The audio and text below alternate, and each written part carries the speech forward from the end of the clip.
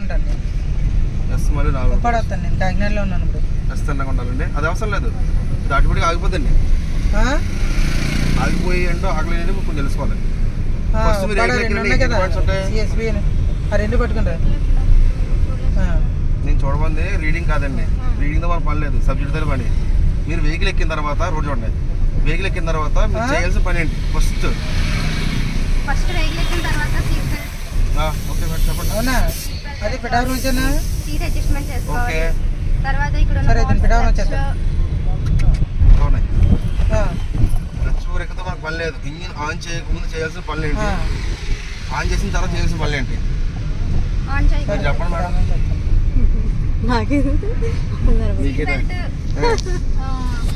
Belt adjusting, belt adjustment, అదే seat adjustment, belt, seat belt రెండు అయ్యే.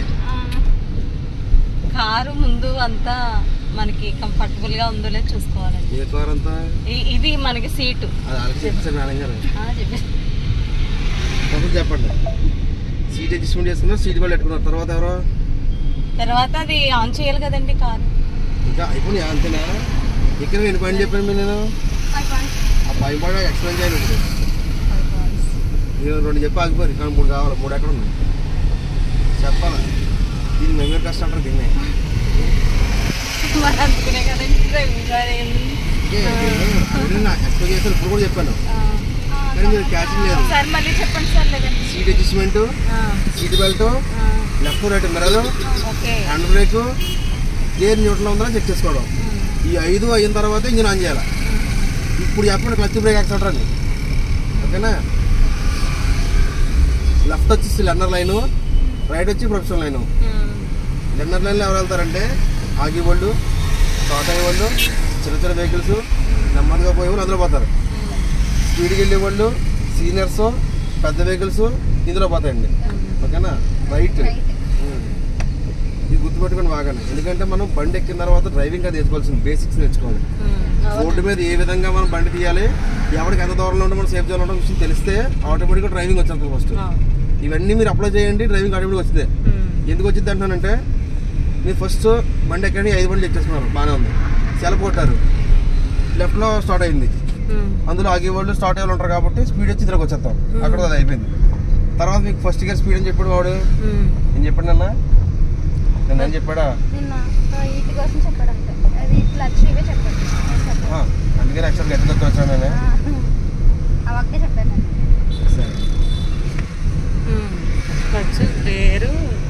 గురించి 3 గురించి చెప్పారండి. ఇదేమో పైకి లాగి ఇలా నొక్కి కింద బ్రేక్. లేట్ అయిపోతుంది కదా టిఫిన్ చేస్తాను పక్క కష్టపడదు. దింపేస్తే అయిపోయాయి, అక్కడికి వెళ్ళొచ్చు. ఏదో ఫాస్ట్ అటుకి వెళ్ళిపోలేడు. కస్టమర్కి లేట్ అయిపోతుంది కదండి. మార్నింగ్ నుంచి మీరు మార్నింగ్ 6 నుంచి ఈవినింగ్ వరకు ఇదే పని అండి. ఇంక ఇలా తనే పని మాది. ఇక్కడ తీసుకున్నారండి హౌస్? లేదండి, ఇంటికి వెళ్ళిపోతారు. మూలపేట కాదండి కదా, ఇక్కడేనంట కదా మీది హౌస్? మూలపేట అత్తవారు ఊరండి. అత్తవారు ఊరండి.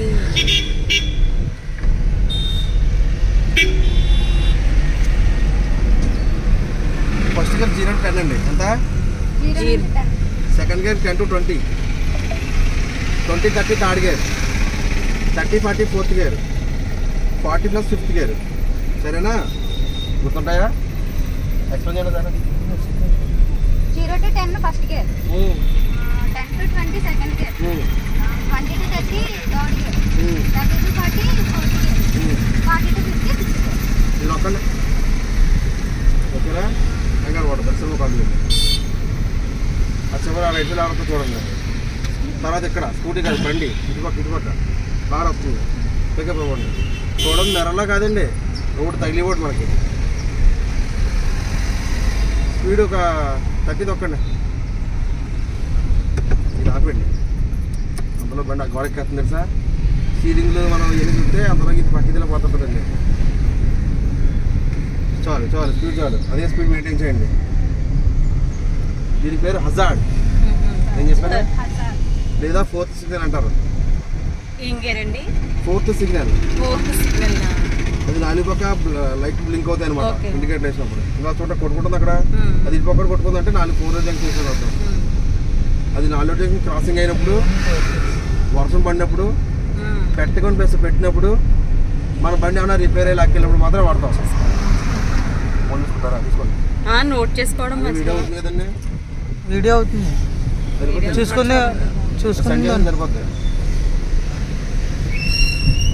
చెప్పిన ప్రతి ఫోటోలు రికార్డ్ అయింది చూసండి. అవునండి. బాగా స్పీడ్ ఎక్కువ వద్దు, 30 చాలు. 30 వెళ్తే ఎక్కువ స్పీడ్ వెళ్ళడం వల్ల జమ్మల్ అయిపోద్ది మనకు వద్దలాగా.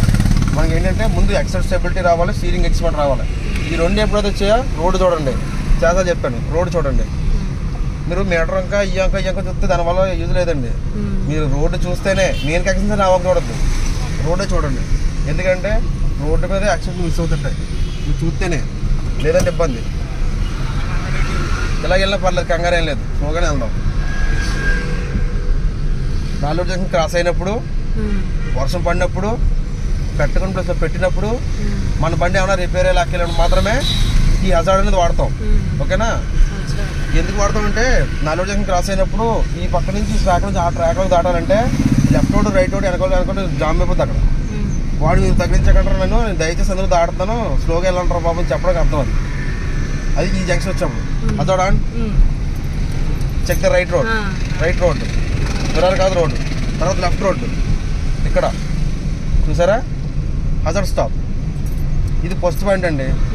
వర్షం పడినప్పుడు ఎదుటాడు మన బండి కనిపించదు, అప్పుడు మనం బ్లింక్ వేస్తే అప్పుడు కనిపిస్తాం మనం. అది సెకండ్ పాయింట్. ఎక్కడన్నా మన బండి ఇలా హార్న్ ఆగిపోయింది అనుకోండి, మన బండి ఉందని ఇచ్చి తెలియదు కాబట్టి బ్లింక్ వేస్తాం. అడు ఓకే అక్కడ బండి ఉంది కొట్టుకుంటుందని చెప్పి పక్కకి పోతాడు, చీకట్లో కనబడదు కదా బండి. తర్వాత మీకు మన బండి అయినా రిపేర్ లాక్ వెళ్ళినప్పుడు, బ్రేక్ అయి ఫెయిల్ అయినప్పుడు, అదాడేస్తే లాక్ వెళ్ళినప్పుడు బ్లింక్ అయింది అనుకో, ఓకే బండి ఏదో రిపేర్ ఉంది అని చెప్పి పక్కన వెళ్తాడు.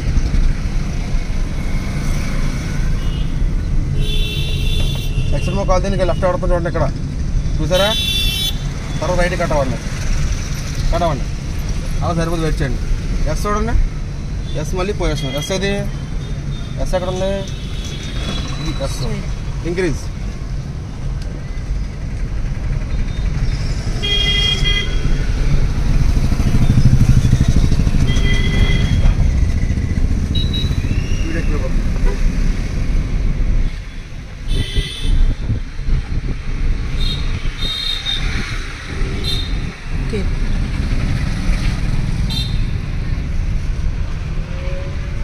ఏ గేర్లు ఉన్నారు చూడండి, చూసి చెప్పండి. అందులోకి ఇంటికి వెళ్ళిపోతుంది బండి. పికప్ కావాలా? సెకండ్ అండి. అది సెకండ్ ఉన్నాను మీరు అనుకుంటున్నారా? ఎంత ఉన్నారు? అది స్పీడ్ ఎంత ఉండాలి చూడండి, అందులో చూడండి. రోడ్డు రండి, కావాలంటే కట్ట కూర్చోబెడితే ఇందులో చూసుకొని కాదండి. మీరంతా చూడొద్దు, రోడ్డు చూడండి. ఎందుకంటే రోడ్డు చూడమని అంటే చాలా ఇంపార్టెంట్ మేడం రోడ్ అనేది.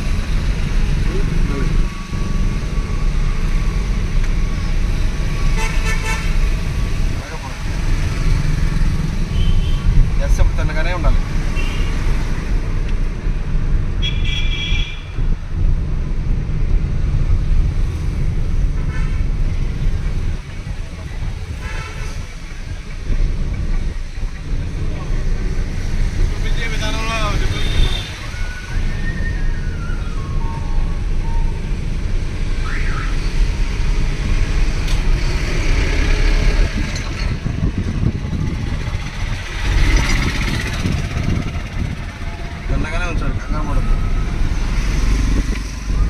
ఇప్పుడు వెహికల్ టు వెహికల్ డిస్టెన్స్ చెప్తాను, సరిగా పట్టిన వీడియో.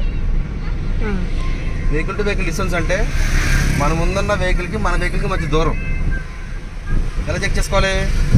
మన ముందున్న వెహికల్ టైర్లు ఉన్నాయి సరే, ఆ టైర్లు నేలకు టచ్ అయ్యి మనకు విజిబిలిటీగా కనిపించాలి. దగ్గరికి వెళ్తే మన ఎదురు బానెట్ ఉంది కదా, బానెట్ వల్ల కనిపించకుండా ఉంటుంది అనమాట. దానివల్ల దగ్గరికి వెళ్ళిపోతే మనం గుద్దేస్తాం. అటు మినిమం దూరం మెయింటైన్ చేయాలంటే టైర్లు మన నేలకు టచ్ అయ్యి కనిపించాలి. అదవుతుందా?